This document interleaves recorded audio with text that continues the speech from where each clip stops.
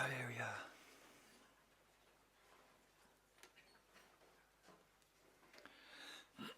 C'est l'amour de Dieu qui va les gagner. Amen. Donc je continue cette étude de la marche dans l'amour, clé de la victoire. Le Seigneur veut nous apprendre à marcher dans son amour, à manifester son amour dans nos paroles, nos actes, notre vie tout entière doit être imbibée de l'amour de Christ, de Dieu. Ce matin, j'avais commencé à voir dans 1 Corinthiens 13 une description de l'amour de Dieu et en contrepartie, en prenant le contraire de ce qui est écrit, je voulais montrer la différence qu'il y a entre les influences qui viennent de l'Esprit de Dieu, qui sont bonnes et qui sont décrites là, et leur contraire qui sont les influences de la chair, qui viennent aussi au niveau de notre âme pour se manifester. Et vraiment le combat entre Dieu et Satan dans notre âme, il se passe là, au niveau de notre âme, de nos pensées, de nos sentiments, de nos raisonnements. N'oublions pas que notre âme, quand on arrive au Seigneur, elle est conditionnée par notre passé, par le monde, par la philosophie du monde, par l'esprit du monde, par le péché, par les traditions des hommes, par les influences religieuses diverses, enfin par tout ce qui n'est pas la vérité. Donc vraiment, il faut que nous prenions conscience de la nécessité de travailler avec le Seigneur pour que notre âme soit purifiée et qu'elle ne puisse plus laisser passer ce qui vient de la chair, qui détruit la vie des couples, des églises, notre propre vie, et qu'on puisse apprendre à laisser rentrer dans notre âme pour la remplir tout ce qui vient de l'esprit. Parfois, je me dis que le Seigneur doit être vraiment triste de penser qu'il a créé en nous un être nouveau, qui s'appelle l'homme nouveau en nous, dans lequel il habite, et de réaliser que lui-même et cet être nouveau sont comme bloqués à la porte de notre âme, parce que notre âme est préoccupée par autre chose que le Seigneur et sa parole. Et que l'ennemi a souvent réussi à la séduire tellement par ses faux raisonnements qu'il nous fait prendre ses mensonges pour des vérités. Notre âme, la partie, je dirais, essentielle de notre âme, c'est notre cœur. Notre cœur, c'est vraiment là où sont nos trésors. Jésus a bien dit que de notre trésor, l'homme bon tire de son bon trésor, de son cœur, des bonnes choses. Et l'homme mauvais tire de son mauvais cœur de mauvaises choses. Et souvent, dans nos cœurs, il y a un mélange entre des bonnes choses et des mauvaises choses. On met dans notre cœur tout ce qu'on a cru comme vrai. Et Satan s'y emploie pour nous faire croire comme vrai tous ces mensonges. Satan est un spécialiste, mais alors ultra spécialiste pour tordre la vérité. Il ne va jamais nous présenter ces doctrines comme des grosses, vulgaires doctrines faciles à reconnaître comme fausses. Vous savez qu'il a des équipes entières de spécialistes de la Bible qui travaillent dans son domaine avec lui pour fabriquer des doctrines qui sont les plus proches possibles de la vérité, avec là un ferment d'erreurs qui, si on le laisse aller, va se développer. C'est un spécialiste en faux billets. Est-ce que les gens ordinaires de la rue sont capables de reconnaître un faux billet aujourd'hui? Il y a des techniques qui permettent de faire des faux billets très ressemblants. Présenter un faux billet dans la rue à un homme ordinaire, il ne va pas le reconnaître. Présenter un faux billet au spécialiste de la Banque européenne qui a fait le vrai billet, il va le reconnaître tout de suite. Premier coup d'œil. Le petit détail là dans le coin en haut à gauche, c'est lui qui l'a fait le vrai. Il est capable de reconnaître le faux billet. Alors si nous voulons être capables de reconnaître au niveau de notre intelligence, de notre âme, les ruses et les fausseries du diable et les faussetés du diable, nous devons connaître la vérité. Nous devons connaître le vrai billet. Le vrai billet, c'est celui-là. Et là, notre discernement sera exercé. C'est la raison pour laquelle le véritable instrument qui va purifier notre âme, c'est la parole de Dieu. Et le Saint-Esprit, évidemment, qui travaille ensemble. Le Saint-Esprit travaille toujours avec la parole de Dieu. Je dirais même que le Saint-Esprit se soumet à la parole de Dieu. Il l'a inspirée. Dans notre vie, la parole doit passer avant l'esprit. Ça vous choque peut-être certains ce que je dis là. Parce que l'esprit respecte la parole avant tout. Et s'il voit que dans notre cœur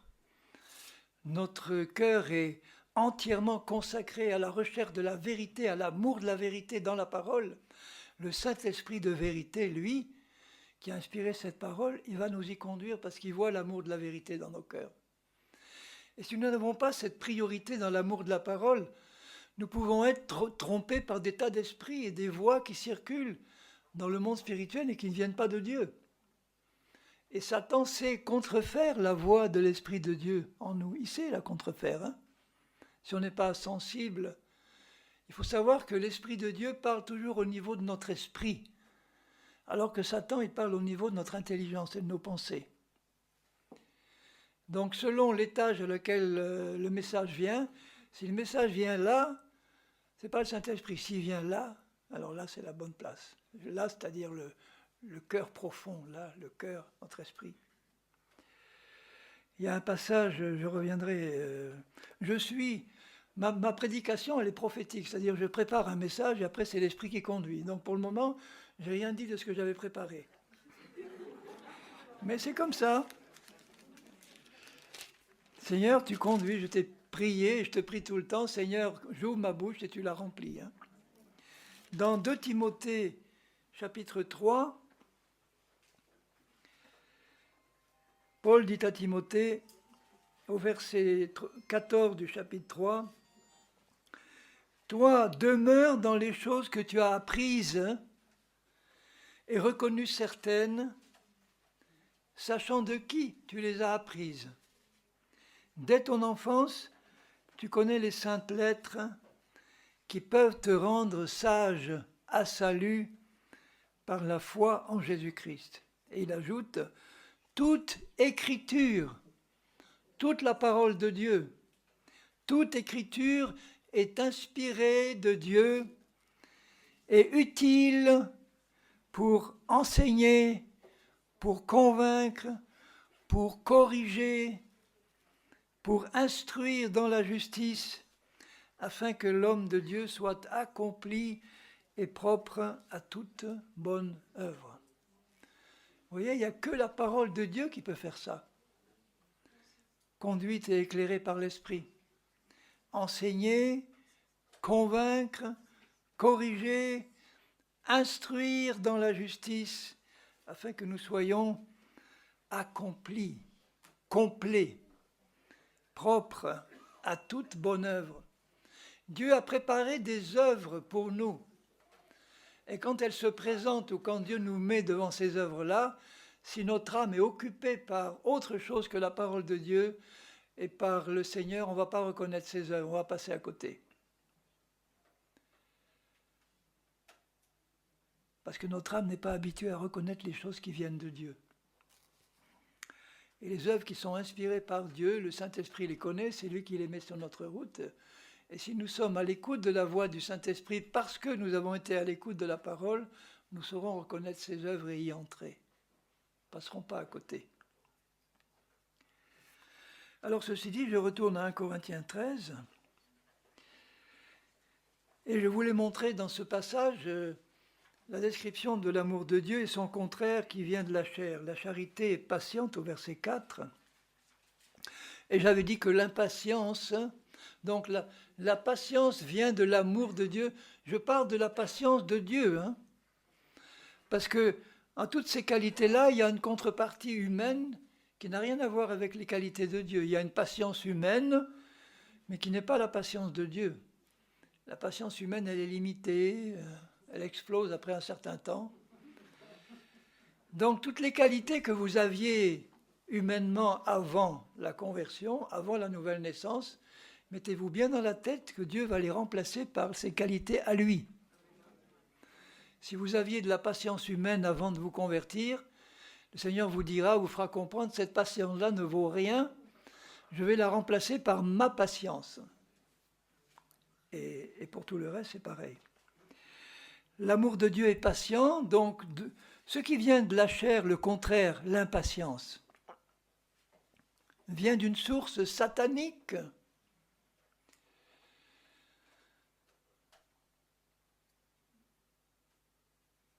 Le plus petit détail de notre vie, une petite dispute conjugale, ou bien avec un frère, une sœur, ou bien avec quiconque, dès qu'il y a là un esprit de dispute, un esprit de contestation, ça vient du malin.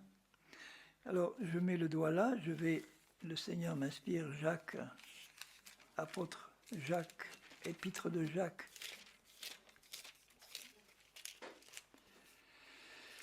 Frère Jacques, où es-tu? Là, voilà. Jacques 3. Jacques 3, verset 13. Lequel d'entre vous est sage et intelligent, levez le doigt, qu'il montre ses œuvres, c'est-à-dire son comportement, les œuvres, c'est mes paroles, mes actions, tout ce que je produis dans ma vie, par une bonne conduite avec la douceur de la sagesse. Donc c'est une autre façon de dire, Paul dirait ça d'une manière différente, mais dire, si vous produisez le fruit de l'esprit, c'est ça qui va se manifester dans votre vie. Mais si vous avez dans votre cœur un zèle amer et un esprit de dispute, de contestation, ne vous glorifiez pas et ne mentez pas contre la vérité. Cette sagesse n'est pas celle qui vient d'en haut, mais elle est terrestre, charnelle, diabolique. Tout ce qui est terrestre et charnel, c'est diabolique. Car là où il y a un zèle amer et un esprit de dispute, il y a du désordre et toutes sortes de mauvaises actions. La sagesse d'en haut, bon, celle de Dieu, elle est premièrement pure, ensuite pacifique, modérée, conciliante, encore des aspects du fruit de l'esprit, pleine de miséricorde, de bons fruits, sans duplicité, exempte d'hypocrisie.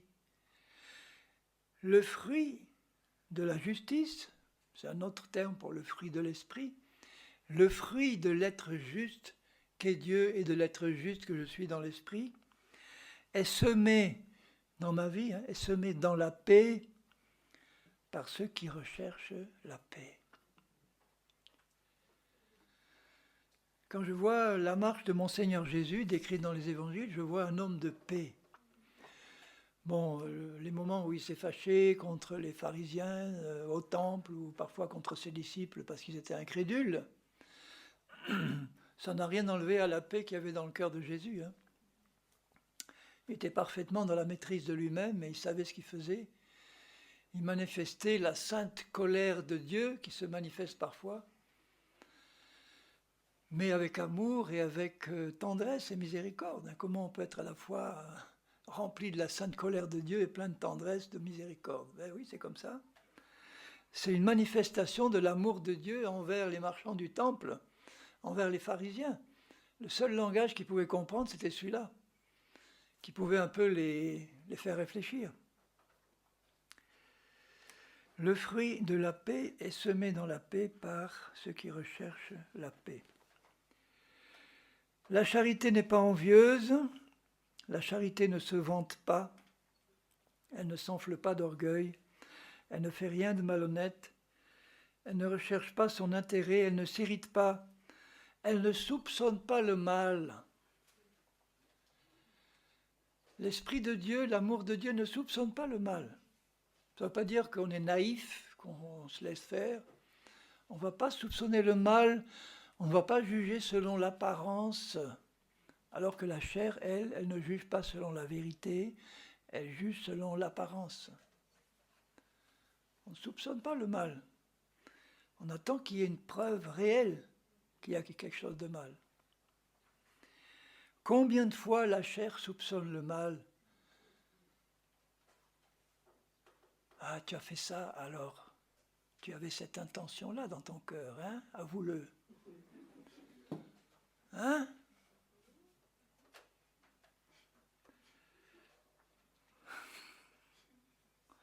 Oui, j'en ris, mais je devrais en pleurer. Elle ne se réjouit pas de l'injustice, du péché, de ce qui est mauvais. Et parfois, dans les cancans, hein, on va... Oui, les cancans, les racontards. Tu sais ce qui s'est passé, tu sais ce qui est arrivé au frère un tel, hein, à la sœur un tel. Cette super spirituelle là qui nous donnait des leçons, eh bien voilà ce qui lui est arrivé. Ah quoi? Il y a une jouissance charnelle mauvaise à écouter des mauvaises nouvelles et à les répandre. Ah oui, mais on va prier. Hein.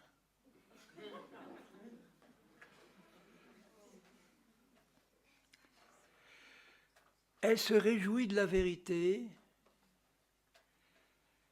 L'amour se réjouit de la vérité. L'amour excuse tout. Il faut voir dans quel sens le Seigneur le dit là. Ça ne veut pas dire que je passe sur le péché en disant c'est pas grave. Hein. J'excuse tout, ça veut dire que je suis prêt à être bienveillant. Je suis prêt à comprendre.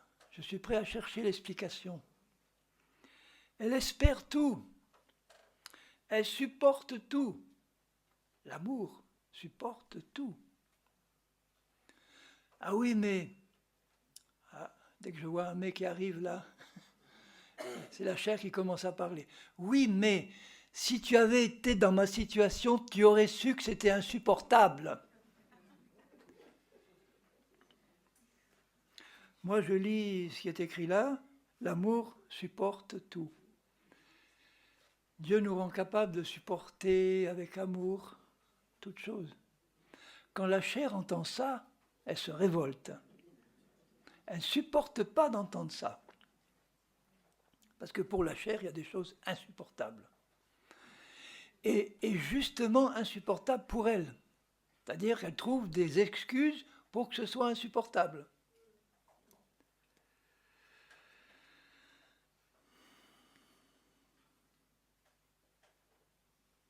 Il dit au verset 13, il y a 3 choses qui demeurent éternellement. Hein. La foi, l'espérance et l'amour. Mais la plus grande de ces choses, c'est l'amour. Et moi, ça m'a fait réfléchir quand j'ai lu ça ou quand je l'ai relu. Qu'est-ce que ça veut dire qu'il y a 3 choses qui demeurent? Pas seulement qui demeurent dans notre vie présente, mais qui demeurent dans l'éternité.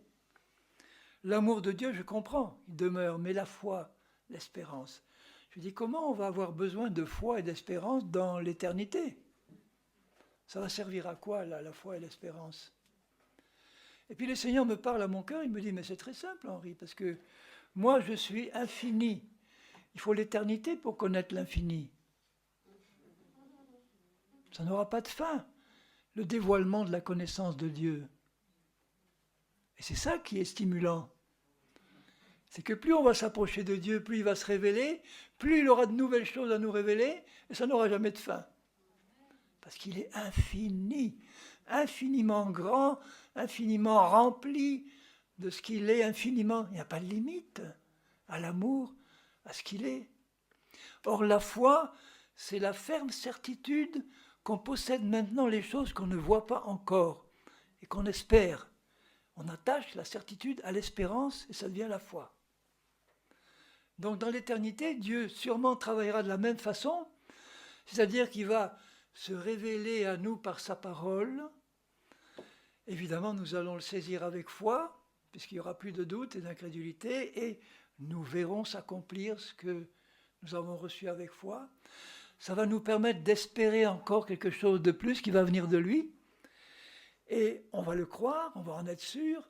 Il va encore nous donner une parole qu'on va recevoir avec foi et qui va manifester encore quelque chose de notre Dieu. Et ça n'aura pas de fin.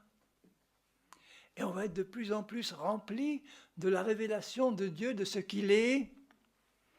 Qu'est-ce qu'on connaît actuellement de Dieu dans nos vies? par rapport à ce qu'il est. Ce que la parole déjà nous en révèle, hein. Mais ce qu'il est, c'est bien plus que ça encore. On ne s'ennuie pas au ciel. On ne s'ennuie pas. On ne s'ennuiera jamais au ciel. Entre les louanges autour du trône, entre les grandes fêtes de l'Éternel qu'il y aura là-haut, entre les leçons qu'il va nous donner, entre les... Enfin, on peut imaginer, mais je lis déjà le peu qui nous est révélé dans l'Apocalypse, c'est extraordinaire. Hein. Il nous révélera toutes choses, il répondra à toutes nos questions. Parce que quand on arrive là-haut, on n'arrive pas avec toute la connaissance de toutes choses. Hein. Notre esprit, il est parfait en sainteté et en justice, mais il n'est pas parfait dans la connaissance de Dieu, au sens qu'il ne connaît pas tout ce que Dieu est en arrivant. Et heureusement, parce que ça nous permet de recevoir cette révélation.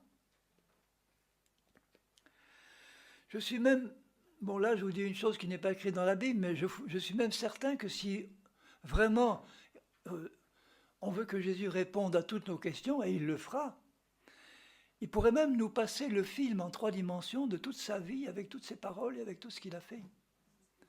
Parce que tout est enregistré dans les dossiers célestes là. Vous pouvez imaginer un film de 33 ans et demi, parce que dans l'éternité, il n'y a pas de problème, hein, voilà, qui va nous montrer, seconde après seconde, la vie de Jésus. Et on aura la Bible en main. Enfin là, bon, je fais part d'une imagination personnelle, mais après tout, ça pourra très bien se produire, parce qu'il va répondre à toutes nos questions. Alors, ceci pour vous dire que ce qui vient de l'esprit, l'amour, la joie, la paix, etc., et ce qui vient de la chair, se mélange au niveau de notre âme, mais au début, notre âme est bien encombrée. L'âme de toute personne qui se convertit est complètement encombrée des choses charnelles. Donc nous commençons notre vie chrétienne comme des chrétiens charnels. Je ne connais pas un seul chrétien spirituel dès le premier jour de sa conversion, ça n'existe pas. Je connais des conversions plus ou moins sérieuses, mais un chrétien spirituel dès le début, ça n'existe pas. Mais on peut grandir plus ou moins vite. Il y en a qui grandissent très vite, il y en a qui ont 40 ans de carrière, ils sont toujours bébés. Et qu'est-ce qui nous fait grandir plus ou moins vite? Moi, je dirais que c'est la soif du Seigneur et la soif de la connaissance de la vérité et le désir de connaître le Seigneur, de nous rapprocher de lui. Donc, on commence toute notre vie chrétienne avec une âme charnelle et tout le travail du Seigneur et de tous les ministères. En tout cas, le Seigneur, lui, c'est sûr, mais la plupart des ministères, ou beaucoup de ministères, malheureusement, n'ont pas cet objectif-là. Le travail essentiel que nous avons à faire en tant que ministère, en tant que chrétien, en tant que membre du corps de Christ, c'est de travailler avec le Seigneur au perfectionnement des saints.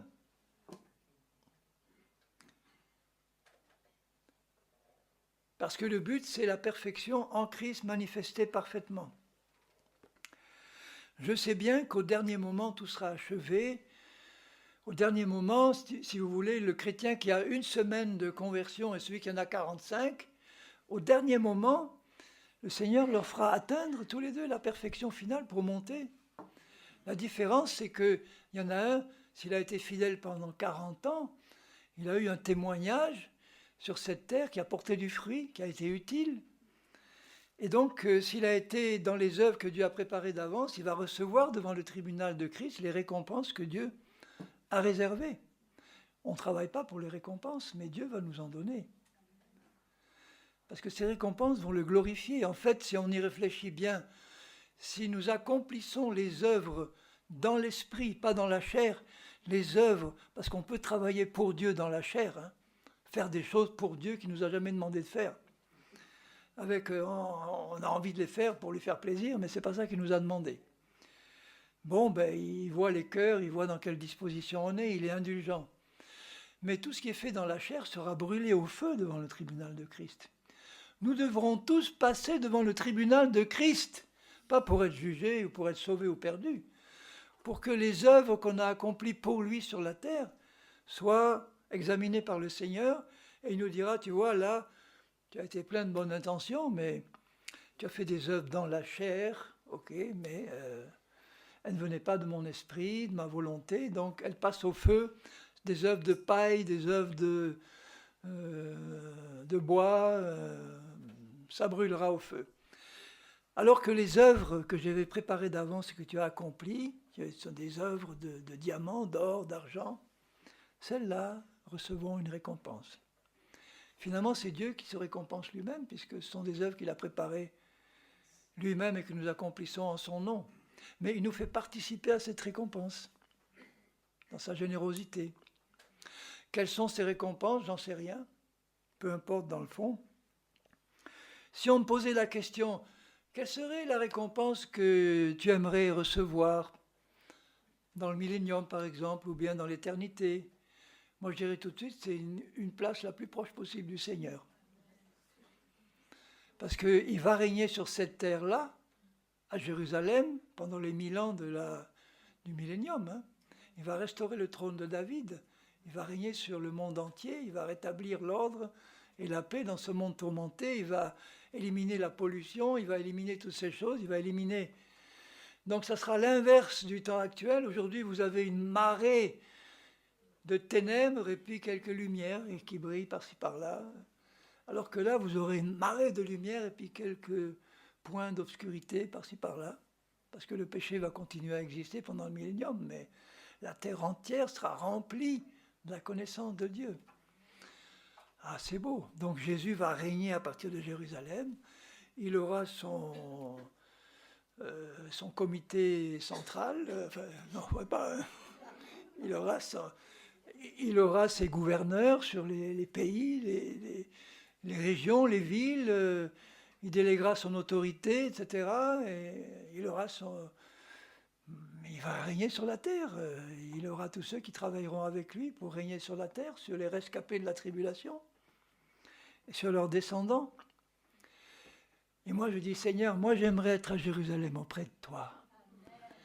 J'aimerais pas être gouverneur de la France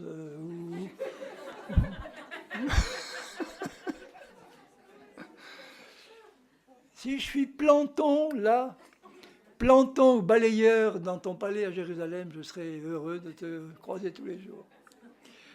Bon, là non plus, je n'avais pas prévu de vous dire ça, mais... En tout cas, je parlais des chrétiens charnels et des ministères. Si vous regardez dans Éphésiens 4, c'est tellement clair que je me demande comment les ministères eux-mêmes ne le comprennent pas. Et les chrétiens en général, parce que nous avons tous un ministère pour Dieu. Quand je parle des ministères, je parle des 5 ministères de perfectionnement des saints, mais on a tous une place dans le corps de Christ. On est tous un organe dans le corps de Christ et chaque organe a un travail à faire. Alors appelons ce travail-là un ministère parce que le mot grec, ministère, ça veut dire service rendu aux autres.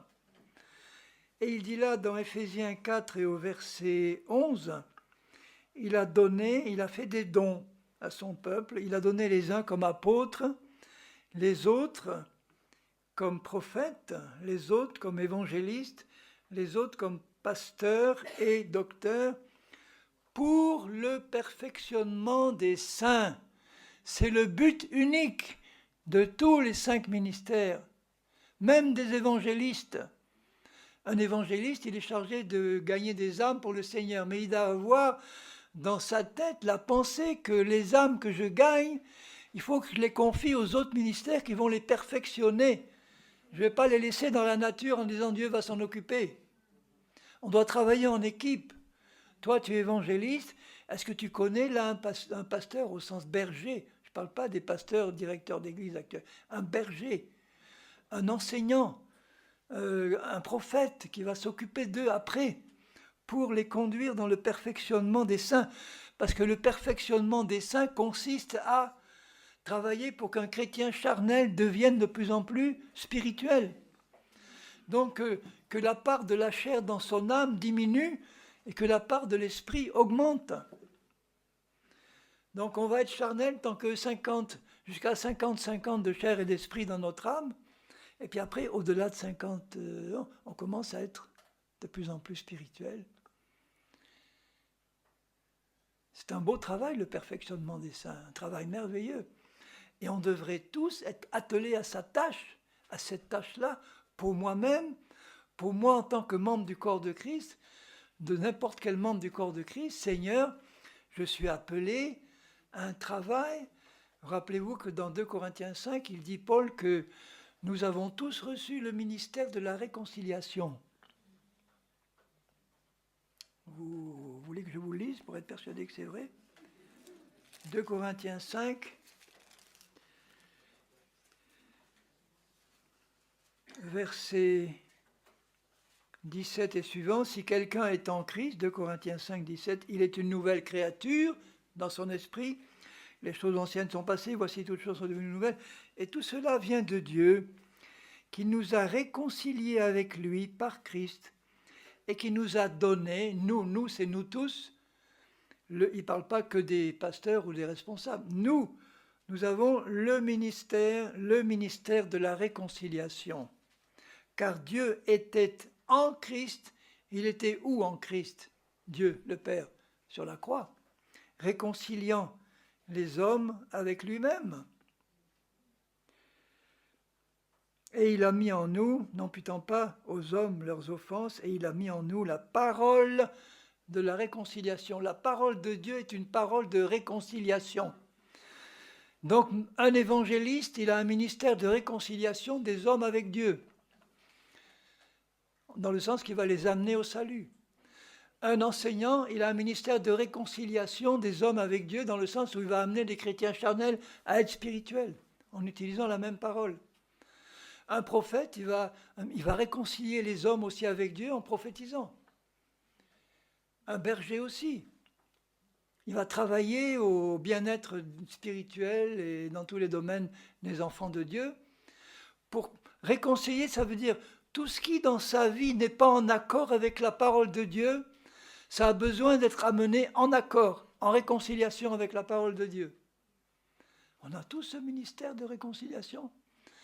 Donc on a tous le devoir de connaître la parole de Dieu pour pouvoir l'utiliser comme un moyen de former le peuple de Dieu pour qu'il soit réconcilié. Une âme qui est réconciliée avec Dieu, c'est une âme qui a été purifiée de tous ses mensonges charnels. Elle est réconciliée avec Dieu. Un corps qui est réconcilié avec Dieu, c'est un corps qui est guéri et en bonne santé.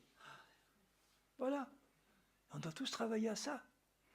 Quand il est dit que Jésus allait de lieu en lieu faisant du bien, guérissant tous ceux qui étaient sous l'empire du diable, car Dieu était avec lui, ou que dans 1 Jean 3, 8, que le Fils de Dieu apparut afin de détruire les œuvres du diable, c'était pour détruire tout ce que le diable avait fait comme œuvre qui séparait les hommes de Dieu, pour à chaque fois, en les détruisant, réconcilier de plus en plus ces hommes avec Dieu. C'est merveilleux, ce ministère de la réconciliation. Donc je reviens à Éphésiens 4, puisque je n'ai pas fini de lire le passage, où il dit « Pour le perfectionnement des saints, en vue de l'œuvre du ministère et de l'édification du corps de Christ. » De quel ministère il parle là? Du ministère de chacun de nous dans le corps de Christ. Est-ce que vous pensez qu'un chrétien charnel dans le corps de Christ peut avoir un ministère efficace? Il va passer son temps à détruire. Un chrétien spirituel, quel que soit son appel, aura un ministère efficace. Jusqu'à ce que nous soyons tous parvenus à l'état, à l'unité de la foi. La foi vient de ce qu'on entend, qui vient de la parole de Dieu. Il sous-entend donc la foi en Dieu et en sa parole. Le but de Dieu, c'est qu'on soit tous unis dans la même foi, en la même vérité, en supprimant toutes les fausses doctrines et toutes les erreurs et les tromperies des hommes, à l'unité de la foi et à l'unité de la connaissance du Fils de Dieu, qui revient aussi à connaître sa parole. Vous voyez ce travail, quel mot je pourrais employer, extraordinairement exaltant.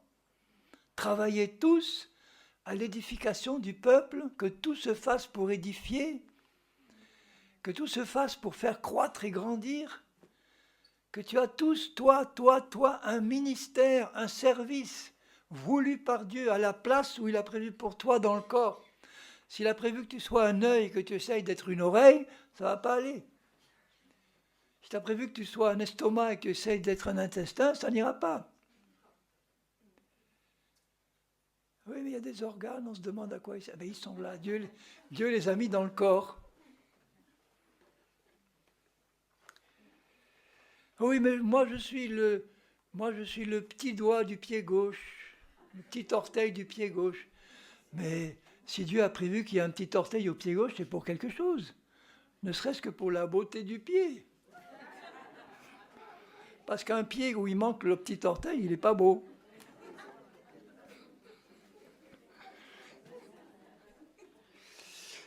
Bon.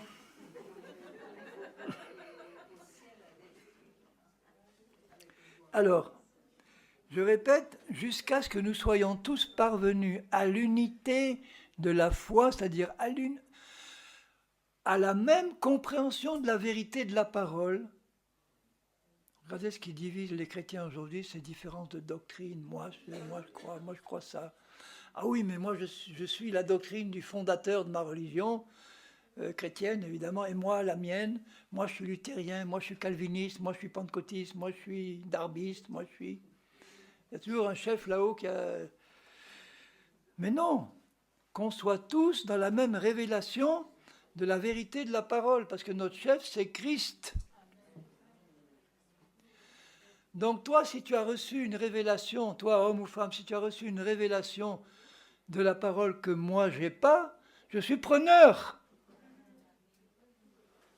Je veux recevoir de toi ce que tu as reçu et que je n'ai pas.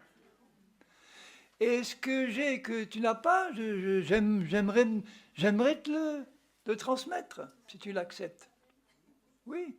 Et on a tous quelque chose à donner aux autres, parce qu'on ne peut pas tout avoir, nous, et tout connaître, nous.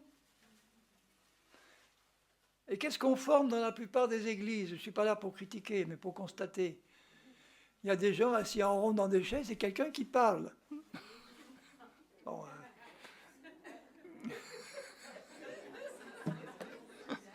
mais ça peut être utile un moment, mais c'est pour qu'on mette en pratique après, dans le corps de Christ qu'on a reçu.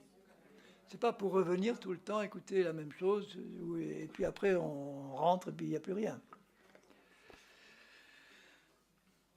Jusqu'à ce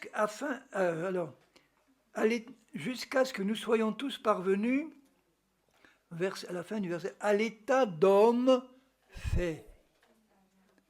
Parfait, c'est le même mot que parfait. Parfait, fait. Et femmes aussi, ils ne sont pas exclus, évidemment. Hein. Par leur... à la mesure de la stature parfaite de Christ, ça veut dire c'est lui le modèle parfait, et nous devons suivre ce modèle-là, afin que nous ne soyons plus des enfants. Paul appelle les chrétiens charnels des enfants. C'est beau un bébé, c'est mignon. Un enfant, c'est beau. C'est capricieux, ça fait des gaffes, bon, mais c'est beau, c'est gentil, c'est mignon. Mais quelqu'un qui reste bébé jusqu'à 40 ans, là, ça devient une déformation grave. Hein. Donc c'est une étape. Mais il faut vite passer de l'état de bébé à l'état d'homme fait.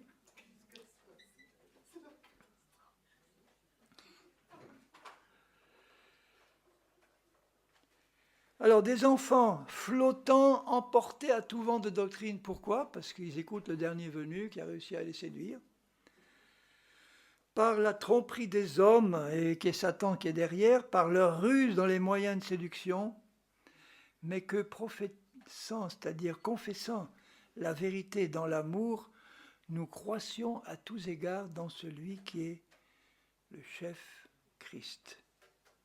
Et c'est de lui, grâce à tous les liens de son assistance, que tout le corps bien coordonné, formant un solide assemblage, tire son accroissement selon la force qui convient à chacune de ses parties et s'édifie lui-même dans l'amour. Dans l'amour.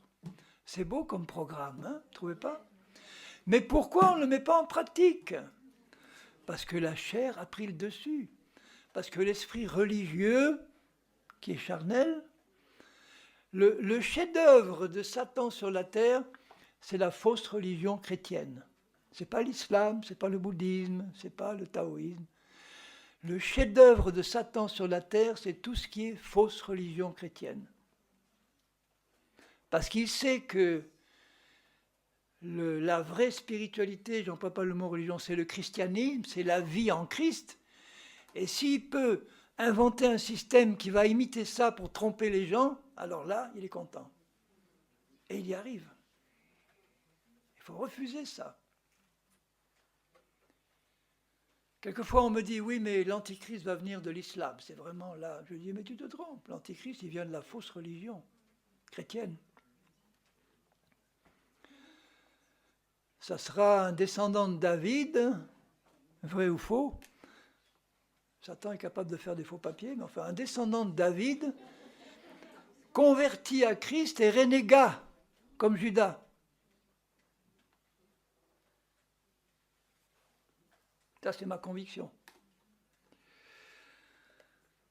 Donc, le seul moyen de contrer l'œuvre de Satan, c'est le véritable christianisme, qui est la vie de Christ dans la vérité, dans l'obéissance à sa parole, dans la sanctification, dans le perfectionnement de notre cœur, de notre âme, dans le perfectionnement de notre vie personnelle, dans le témoignage de vérité et d'amour qu'on peut donner, dans la manifestation dans notre vie tout entière de l'Esprit de Dieu qui est en nous, par notre esprit régénéré, notre vie dans laquelle nous aurons voulu, désiré, avec fermeté, avec détermination, mettre à mort, crucifier tout ce qui vient de la chair, détruire tout ce qui vient de l'ennemi.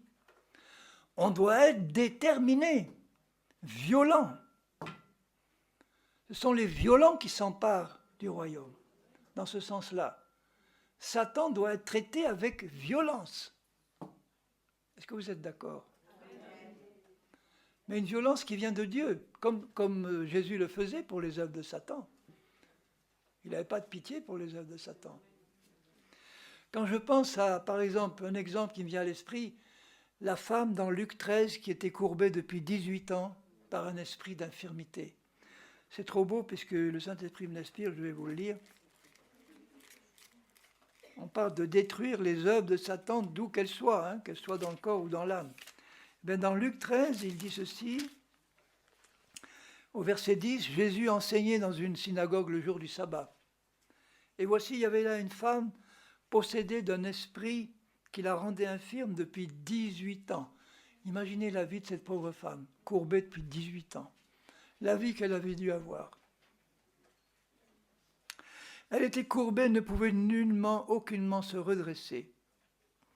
Lorsqu'il la vit, Jésus ne pouvait pas supporter de voir une œuvre de Satan devant lui, sans avoir un désir ardent de la détruire, cette œuvre-là. Lorsqu'il la vit, Jésus lui adressa la parole et lui dit, elle n'avait rien demandé. Femme, tu es délivrée de ton infirmité. De même qu'il a dit à l'autre paralytique, tu es pardonné, tes péchés sont pardonnés. Femme, tu es délivrée de ton infirmité. Et il lui imposa les mains. Ah, mais il ne faut pas imposer les mains à une démoniaque, elle avait un démon d'infirmité. Jésus lui a imposé les mains. Quand il lui a dit, tu es délivrée de ton infirmité, elle l'a été. Il lui a imposé. À l'instant, elle se redressa, j'imagine, et elle glorifia Dieu. Ah, je suis délivré de ce joug. Depuis 18 ans, quel bonheur. Ah, je la vois ici, rayonnante, en train de sauter, danser devant Dieu, louer Dieu, faire ce qu'elle ne pouvait pas faire avant. Et les religieux là, ils grincent des dents.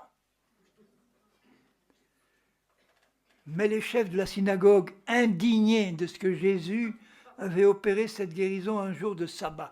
Un jour de sabbat, c'est sacré, mais la guérison d'un infirme, c'est sacré pour Dieu. Et il dit à la foule, il y a 6 jours pour travailler, venez donc vous faire guérir ces jours-là et non pas le jour du sabbat. Hypocrite, lui dit le Seigneur, voilà une manifestation de l'amour de Dieu pour les pharisiens et les légalistes religieux. Il faut leur dire la vérité avec amour. Hypocrite, lui répondit le Seigneur, est-ce que chacun de vous, le jour du sabbat, ne détache pas de la crèche son bœuf ou son âne pour le mener boire? Écoutez ce qu'il dit là. Et cette femme, qui est une fille d'Abraham, et nous sommes tous fils et filles d'Abraham par la foi, il le dit dans Galates 3. Ne fallait-il pas, pour Jésus, c'était une obligation morale. Est-ce qu'on a, nous, dans notre cœur, ce sentiment d'obligation morale, de débarrasser notre vie et la vie des autres de tout ce qui vient de Satan, de tout ce qui est charnel, de tout ce qui est œuvre du diable? Est-ce qu'on est décidé à collaborer avec Jésus pour les éliminer férocement, comme il l'a fait là, Jésus? Ne fallait-il pas qu'il y ait une fille et que Satan tenait lié? Ce n'est pas Dieu qui la tenait liée. Depuis 18 ans, ne fallait-il pas la délivrer de cette chaîne le jour du sabbat? Oui, il le fallait. Quand il s'agit de traiter les œuvres de la chair dans notre propre vie, est-ce qu'on est animé de ce désir de se placer devant Dieu et de dire devant le Seigneur, Seigneur, il faut que tu me révèles tout ce qui est charnel dans ma vie. Parce que je ne suis sûrement pas conscient de tout ça, je ne m'en rends pas compte. La chair en moi a développé des forteresses qui justifient mes réactions charnelles pour qu'elles me soient acceptables. Mais Seigneur, je veux que tu m'éclaires, toi. Je veux que tu me montres tout ce qui est charnel parce que je veux en être débarrassé. Je me rends compte que ça vient de Satan. Ça détruit ma vie, la vie des autres. Seigneur, montre-moi, je veux en être débarrassé. Ne croyez pas que le Seigneur va agir beaucoup plus vite que dans la vie de celui qui dit « Oh bon, ben moi, tout le monde est comme ça, après tout, c'est pas si grave. Dans l'église, tout le monde est comme ça. Hein. Donc, ben, on fait avec. Hein. » Mais non. Regardez dans Romains 12. Romains 12, verset 2. Ne vous conformez pas au siècle présent, mais soyez transformés, donc transfigurés par le renouvellement de l'intelligence, afin que vous discerniez quelle est la volonté de Dieu, ce qui est bon, agréable et parfait. Ça veut dire qu'une intelligence qui n'est pas renouvelée, elle n'arrive pas à bien discerner la volonté de Dieu. Et si tu travailles en priorité à méditer la parole, comme je vous l'ai lu, qui est seul capable de te corriger, de t'instruire, de t'éduquer, de t'éclairer, tu vas prendre beaucoup plus de temps à réaliser ce qui est charnel. Si tu dis « Seigneur, éclaire-moi », il va t'éclairer par sa parole et par son esprit. Et là, ton intelligence va être renouvelée. Regardez dans 2 Corinthiens, chapitre 10. 2 Corinthiens 10, verset 3.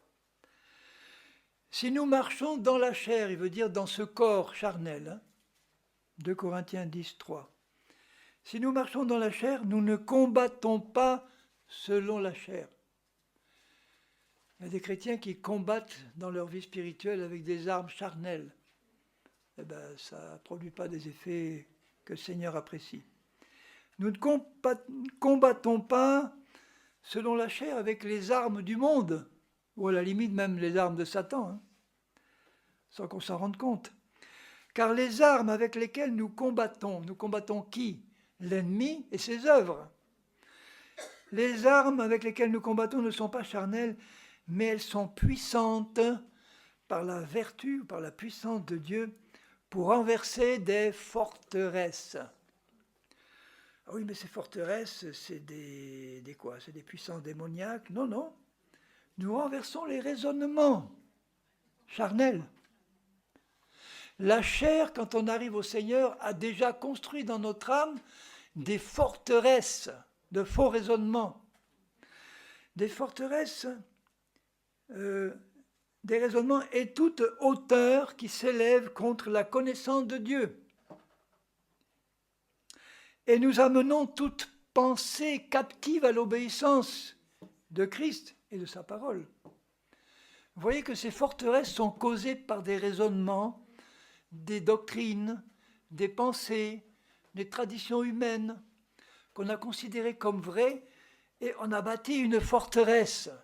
Ça sert à quoi une forteresse? C'est à rentrer dedans pour s'abriter de nos ennemis.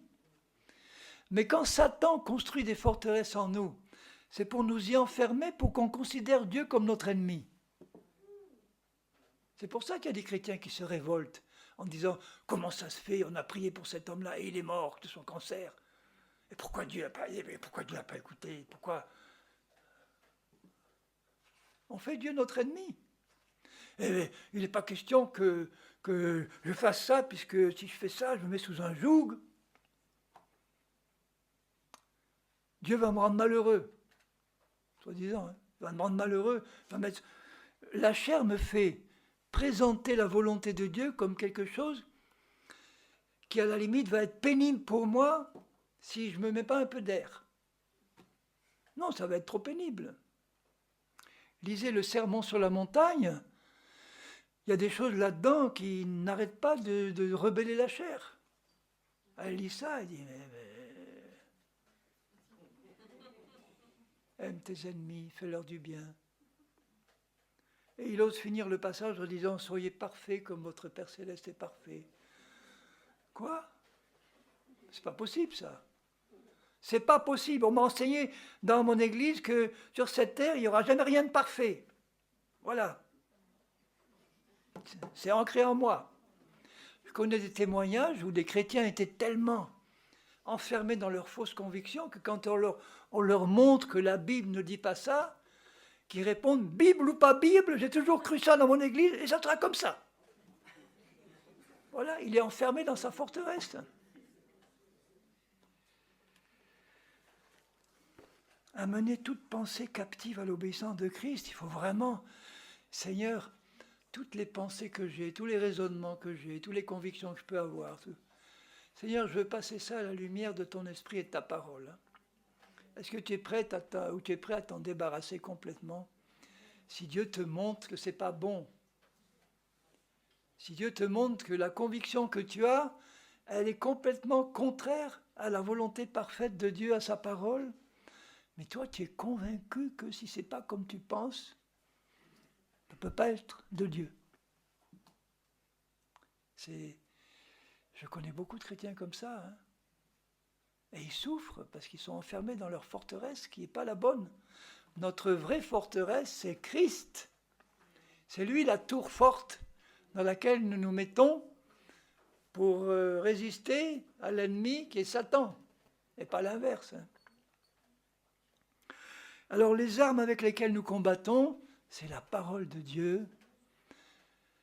Hein, rappelez-vous l'armure du chrétien, le casque du salut, la cuirasse de la justice, la ceinture de la vérité, le bouclier de la foi et l'épée de l'esprit qui est la parole de Dieu. C'est l'arme offensive. Les autres, c'est des armes défensives, la cuirasse, le casque, le bouclier, la ceinture, les sandales du zèle de l'évangile, mais l'épée. Alors imaginez le chrétien charnel, c'est celui qui a une cuirasse trouée partout, il a un bouclier, un petit bouclier complètement en flanelle, il a une épée complètement émoussée, ou en bois, Et tout, allez, je vais au combat. Alors, celui qui rit là, c'est Satan, hein. Et il y en a qui prennent des coups comme ça, et ils se demandent après comment. Je suis allé faire des enseignements un jour c'était un groupe qui était sorti d'une église dans un certain pays, bon, un groupe que je suis allé enseigner, et ils avaient organisé une équipe de combattants. Alors, leur équipe de combattants, c'était, il faut prier pour que Dieu nous révèle le nom de la puissance démoniaque qui contrôle cette ville. Et puis, ils allaient imposer les mains à la cathédrale catholique, la nuit, pour éliminer tous les démons qui pouvaient être dedans. Mais imaginez comment on peut éliminer les démons qui peuvent y être. Impossible. Montre-nous les points d'entrée ou de sortie du royaume des ténèbres où les démons peuvent sortir. Et ils nous ont montré que là, tu vois, c'était près de la mer, là, il y a quelquefois un tourbillon, là, à 100 mètres du rivage. Il m'a montré que c'était là un point de sortie des démons pour venir attaquer. Là. Alors, j'écoute ça, je dis, mais c'est ça votre combat spirituel? Et après, il me dit, oui, mais tu sais, on ramasse des coups, j'ai eu 3 crises cardiaques de suite. Il dit, tu ne te poses peut-être pas des questions sur la manière dont tu mènes ce combat? Le vrai combat du chrétien, c'est un combat de la vérité. Voilà, je manie la vérité. Je répands la vérité, je répands la semence de la parole. Les méthodes de combat farfelues, mais c'est du cirque évangélique où on organise des équipes d'intercesseurs. Vous allez monter sur la hauteur, la plus haute hauteur de la région, et là vous allez lancer vos flèches sur les démons qui contrôlent la ville qui est à vos pieds. Vous allez demander à Dieu qu'il vous révèle le nom de tous ces démons, vous allez les lier, et puis vous allez les chasser. Et comme ça, la ville sera ouverte au message de l'Évangile. Tandis que tant qu'ils sont liés par tous ces démons, ils ne pourront rien comprendre. Vous voyez Paul faire ça dans ses voyages spirituels, dans ses voyages. Il allait à Athènes, sur la ville la plus idolâtre de l'époque. Il allait à l'Aréopage, la place centrale, et puis il annonçait la parole. Et c'est la vérité qui touchait, qui affranchissait. Il y avait un petit groupe là qui a reçu la parole. Voilà. Le vrai combat spirituel, il se mène dans la recherche de la sanctification, de la purification de ma vie, de l'utilisation de la parole de Dieu pour résister à l'ennemi en lui disant « Satan, il est écrit ». Comment Jésus a combattu le diable dans le désert? Pas en commençant à faire des incantations, enfin des contre-incantations, simplement en citant la parole de Dieu. Bon, je crois que je vais en rester là pour aujourd'hui parce que la suite du programme, c'est pour demain matin, demain après-midi. Demain, je vais parler de choses encore plus importantes. Tout est important dans la parole de Dieu, mais je ne sais pas si vous remarquez, mais il y a quand même une progression. Hein. Vous avez remarqué qu'il y a une progression dans... Le but, c'est de comprendre comment manifester pleinement l'amour de Dieu dans ma vie. Hein. Comprenez que... Est-ce que ça devient de plus en plus clair pour vous? Si ce n'est pas encore clair pour certains, on peut compter. Vous pouvez compter sur l'aide du Saint-Esprit pour comprendre ce que vous n'avez pas compris. Alors Seigneur, je te remercie pour ta merveilleuse parole, cette épée de l'Esprit qui tranche entre la chair et l'esprit, les jointures et les moelles, qui est capable de me donner le discernement. Seigneur, mets dans notre cœur à tous cette sainte détermination de mener ce combat, ce bon combat de la foi, Seigneur, pour travailler avec nous à notre perfectionnement, pour que nous devenions tous des chrétiens de plus en plus spirituels, parce que c'est là que ton amour va pouvoir se manifester dans nos vies. Montre-nous, je t'en prie, dans ma vie, dans nos vies, ce qui est encore contrôlé par la chair, parce qu'on est peut-être aveugle à ces choses-là. Mais si nous t'adressons du fond du cœur cette prière sincère, Seigneur, montre-moi ce qui est charnel dans ma vie. Montre-moi comment m'en débarrasser. Toi qui es fidèle, tu vas le faire. Fais de moi un homme spirituel, Seigneur, un homme capable d'accomplir tes œuvres que tu as préparées d'avance pour moi. Et je sais que si je suis un homme charnel, je ne pourrai pas les accomplir comme tu le désires. Je désire être un homme parfaitement spirituel entre tes mains, non pas pour en tirer la moindre parcelle de gloire, parce que toute la gloire te revient, mais pour te permettre au contraire de te glorifier dans ma vie, au travers de nos vies. Alors Seigneur, nous te présentons ce soir que tu es là au milieu de nous. Je sais que tu es là au milieu de nous, c'est pourquoi nous honorons ta présence, Seigneur Jésus. Et si vous voulez bien le faire avec moi, nous te présentons nos vies, Seigneur, nous te présentons nos âmes. Tu sais exactement dans quel état nous sommes, chacun d'entre nous. Nous te présentons nos âmes pour que tu les purifies, que tu les sanctifies, que tu continues cette œuvre, je t'en prie. Et que surtout tu ne t'arrêtes pas, parce que nous ne voulons pas. Tu vois notre détermination à faire avec toi ce travail. Et nous te remercions parce que toi, tu es déterminé à détruire dans nos vies toutes les œuvres du malin. Tu l'as toujours fait quand tu étais sur la terre, tu vas continuer à le faire. Fais-le dans ma vie, Seigneur, parce que c'est là que ton amour va pouvoir se manifester. Je désire que ton amour que tu m'as déjà donné dans mon esprit remplisse mon âme. Et que de là, mes paroles, mes actes, mes gestes, mon comportement soient entièrement inspirés, imbibés, remplis de ton amour divin, Seigneur Jésus. Et je sais que cette prière est conforme à ta volonté. Je me réjouis de ce que tu l'exauces. Et je sais qu'il en sera ainsi. Au nom de Jésus, Amen. Amen.